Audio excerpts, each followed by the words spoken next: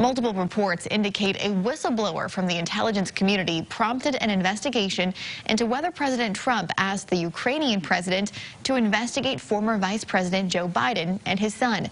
Washington correspondent Alexandra Limon reports that conversation is now fueling some talks of impeachment. House Democrats are closer to an impeachment attempt.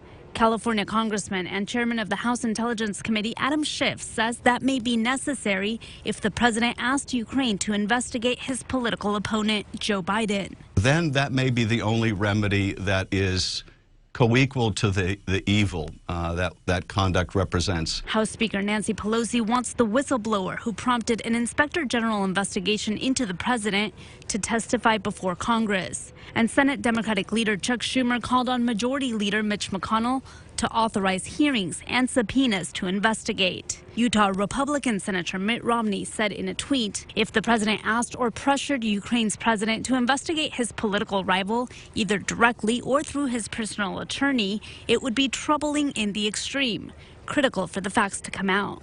On Sunday, President Trump admitted he spoke to Ukraine's president about the Bidens. That we don't want our people like Vice President Biden and his son creating to the corruption already in the Ukraine. And again on Monday, he said nothing about the conversation was out of line. We had a perfect phone call with the president of Ukraine.